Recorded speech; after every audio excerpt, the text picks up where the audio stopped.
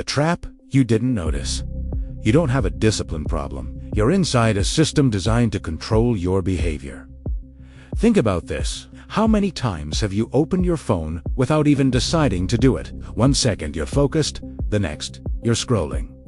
No clear reason, no conscious choice, it just happens. Researchers studying behavior and dopamine explain that this is not random. Your brain is being trained through unpredictable rewards. Every swipe, every notification, every short video is a trigger that releases anticipation, not satisfaction. And anticipation is what keeps you hooked. This is the same mechanism observed in animal behavior experiments. When rewards are unpredictable, the brain becomes obsessed. It keeps checking, searching, hoping for the next hit. That is exactly what your feed is doing to you. It is not entertainment. It is conditioning. And here is the uncomfortable truth. The more you give in to this cycle, the weaker your ability to focus becomes. Tasks that require effort start to feel heavier. Your brain learns to escape the moment discomfort appears. That is why you procrastinate. Not because you are lazy, but because you have trained your brain to avoid effort and chase easy dopamine. But this can be reversed. There is a 5-day protocol that interrupts this cycle, resets your dopamine response, and rebuilds your ability to focus and act with control. Each day targets a different layer of this addiction, and if you follow it correctly, you will feel the shift happening in real time.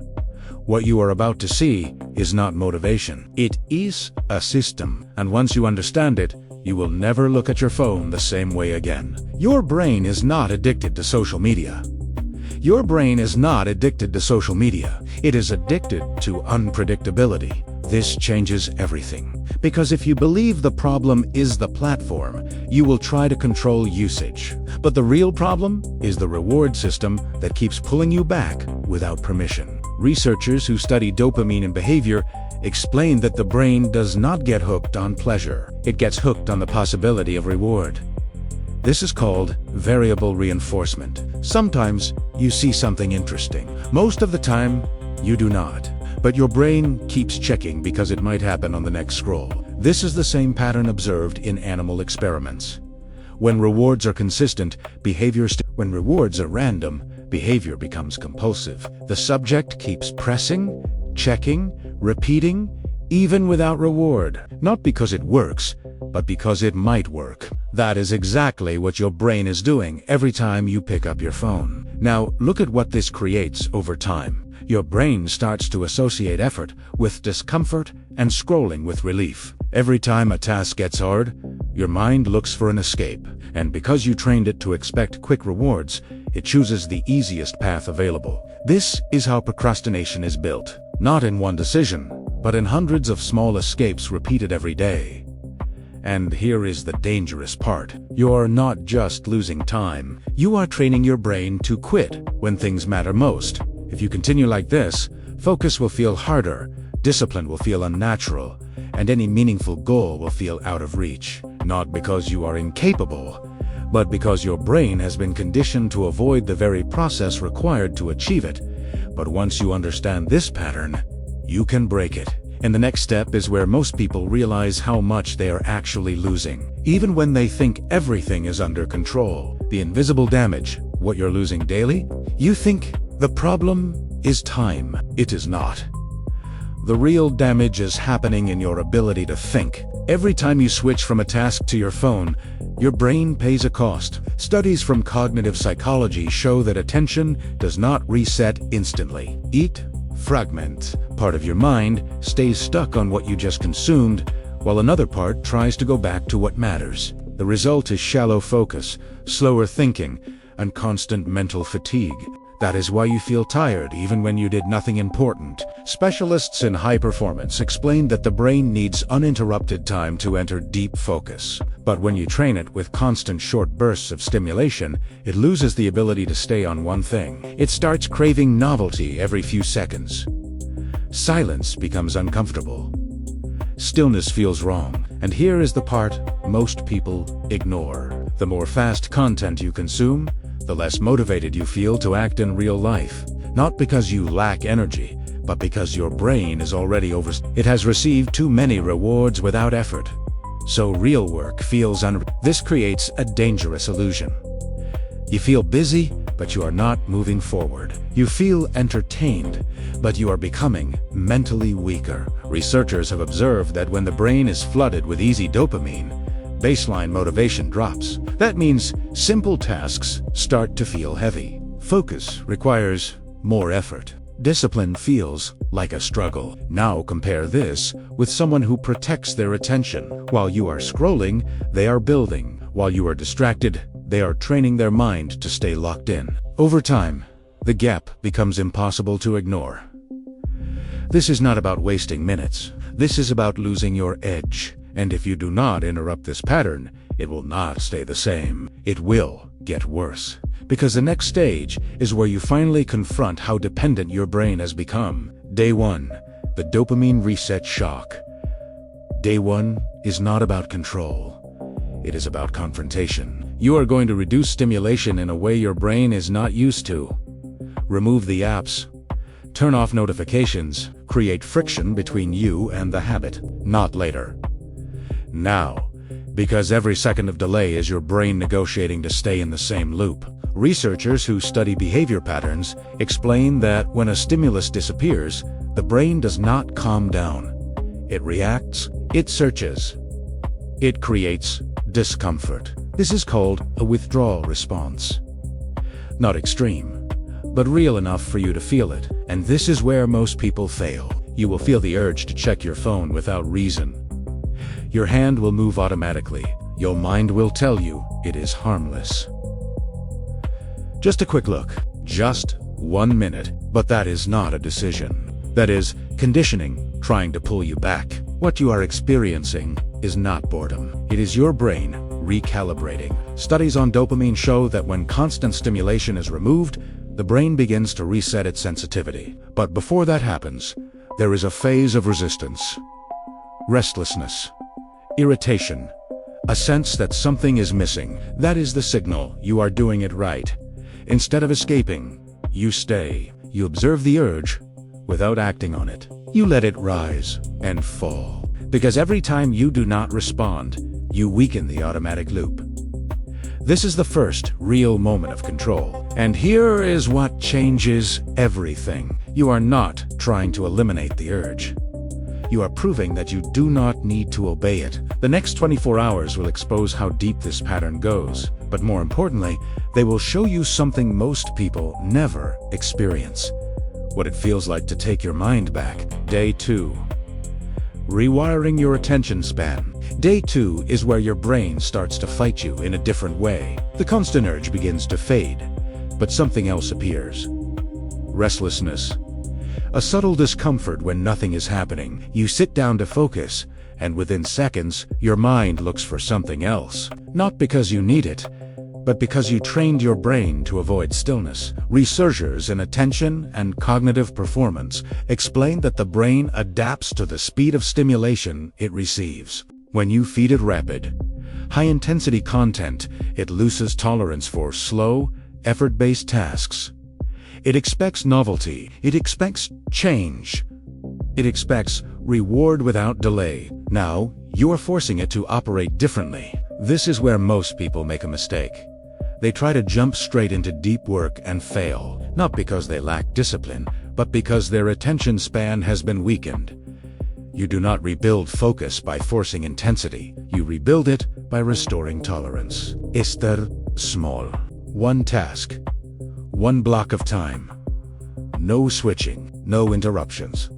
When the urge to check something appears, you do not act. You stay with the discomfort, because that discomfort is the exact point where your brain begins to rewire. Specialists in behavior explain that focus is not a talent. It is a trained state, and the gateway to that state is something most people avoid at all costs. Boredom. Boredom is not empty. It is the space where your brain resets its baseline, where it stops chasing stimulation and starts generating it internally.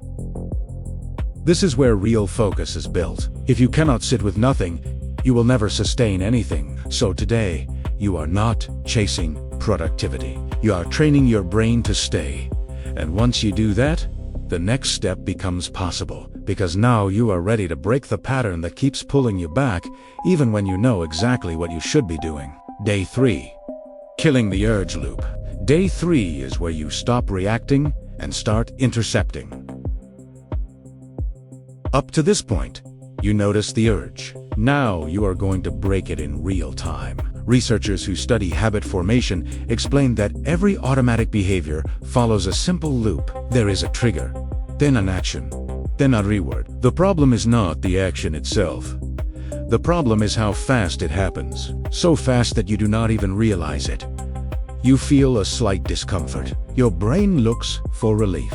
Your hand reaches for the phone, and seconds later, you are gone. Today, you slowed this down. The moment the urge appears, you do nothing for a few seconds. You create a gap between impulse and action. This small delay changes everything, because it forces your brain out of autopilot and into awareness. Specialists in behavioral psychology observe that when you interrupt the loop at the moment of the trigger, the habit starts to weaken. Not because the desire disappears, but because the pattern is no longer automatic. Now you add a second step. Instead of just resisting, you replace the action, stand up, take a breath, return to the task. Write one line. Do one small step. The goal is not perfection. The goal is to redirect energy before the old behavior takes control. At first, this will feel unnatural. Your brain will push back.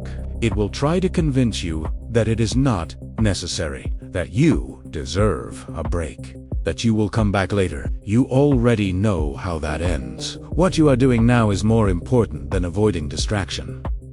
You are training your brain to pause before reacting, and that is the foundation of self-control. Because once you can create space between impulse and action, you are no longer controlled by your habits. And this is where things start to shift, not just in what you do, but in how you see yourself. Day 4. Rebuilding discipline under pressure. Day 4 is where you stop depending on feeling ready. Until now, you have been reducing stimulation, rebuilding focus, and breaking automatic loops. But none of that sustains if you still act based on how you feel. Because your feelings will change. Your environment will test you, and pressure will expose whether you are actually in control. Researchers in behavior and performance explain that discipline is not built in comfort, it is built in resistance. The brain adapts to what you repeat under tension. If you only act when it feels easy, you train inconsistency. If you act when it feels hard, you train control. So today, you introduce pressure on purpose. You choose small, controlled challenges. You sit down to work even when you do not feel like it. You continue even when the urge to stop appears. You finish what you started, even if it is uncomfortable, not to prove something to others, but to condition your brain to follow through. Studies on habit formation show that repetition under discomfort strengthens neural pathways faster than repetition in comfort, because the brain recognizes effort as a signal of importance. It starts to associate action with identity, not mood. This is the shift. You are no longer asking yourself if you feel motivated. You are deciding that action happens regardless. And here is what most people never realize. Every time you push through resistance, you are not just completing a task. You are rewriting how your brain responds to difficulty. You are teaching it that discomfort is not a stop signal. It is a trigger for action. At first, this feels forced. Then it becomes familiar, and eventually, it becomes automatic. That is discipline. And once this pattern locks in, the final step is no longer about what you do. It is about who you are becoming. Day 5. The identity shift. Day 5 is where everything stops being temporary. Until now, you were following actions, removing apps, resisting urges, forcing focus. But if this stays at the level of behavior, it will not last. Because behavior can break under pressure. Identity does not. Researchers in behavioral psychology explain that lasting change happens when actions align with when you stop seeing yourself as someone who is trying to quit and start seeing yourself as someone who no longer needs it. This is not motivation. This is redefinition. Up to this point, your brain was trained to seek constant stimulation. Now it has experienced something different. Control, focus, resistance. And your job today is to lock that in as part of who you are. You are not the person who checks the phone every few minutes. You are the person who decides when and why. You are not someone who escapes discomfort. You are someone who uses it as a signal to act. Specialists in habit formation observe that when identity shifts, behavior follows with less resistance because the brain seeks consistency. It wants your actions to match the story you tell yourself. So you make it clear. You define rules that reflect this new identity. You do not open social media without purpose. You do not interrupt your own focus. You do not negotiate with impulses that you already decided to ignore. At first, this feels like effort. Then it becomes natural. And here is the key. The addiction loses strength, not because you fight it harder, but because it no longer fits who you are. This is a turning point most people never reach, and if you stop here, you risk going back, because identity needs structure to survive, the system that keeps you free. If you rely on willpower, you will go back. Researchers in behavioral science are clear about this. The brain always looks for the easiest path available. If your environment stays the same, your behavior will eventually follow the same pattern. Not because you failed, but because the system around you did not change. So now you build a system that makes relapse harder than discipline. You remove access, not just intention. Apps stay out of your main screen. Notifications stay off. You create friction between impulse and action, because every extra step gives you time to regain awareness. You also define when you are allowed to use social media, not randomly, not emotionally, with a clear boundary, specific times, specific purpose. When you finish, you close it. No negotiation. Specialists in high performance explain that controlled exposure is more sustainable than total restriction. You're not avoiding the tool. You are controlling how it enters your life.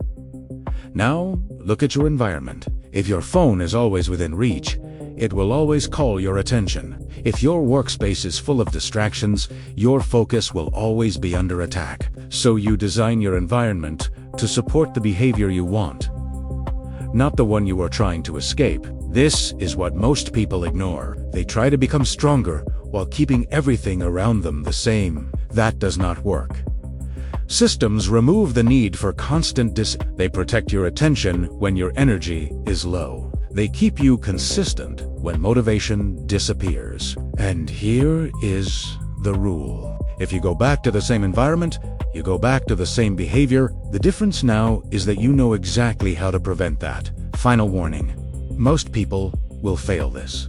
Here is the truth few will admit. Completing these 5 days is harder than it seems. Not because the steps are extreme, but because the brain resists change. The environment resists change. Friends, habits, and old routines conspire against progress. Most people will feel some relief, and then slip back without noticing. Researchers studying habit persistence show that temporary effort without identity shift rarely lasts. Behavior will return to baseline unless reinforced by both environment and self-image. That is why so many people fail, even when they know better. You are not like most people. You have gone through every step. You have faced the withdrawal, rebuilt focus, broken loops, strengthened discipline, and shifted your identity. You have done the hard part that most ignore. But this is only the beginning. If you do not act now to maintain the system, the addiction can creep back. Just one moment of carelessness, one idle scroll, and your brain will recognize the path it once took. The final step is action. Take what you've learned, lock it in, and never leave it to chance. Define boundaries. Control your environment. Protect your attention as a sacred resource, because every time you do, you are not just resisting temptation, you are reinforcing the person you have become. Remember, the majority will fail, But if you stick to the system, if you respect the identity you built, you are already ahead of almost everyone around you. You are no longer a passive participant in your own mind. You are the strategist, the controller, the one who decides. Now take this knowledge and make it permanent. Your focus, your discipline, and your life depend on it. This is your challenge. Accept it, and nothing will be able to pull you back.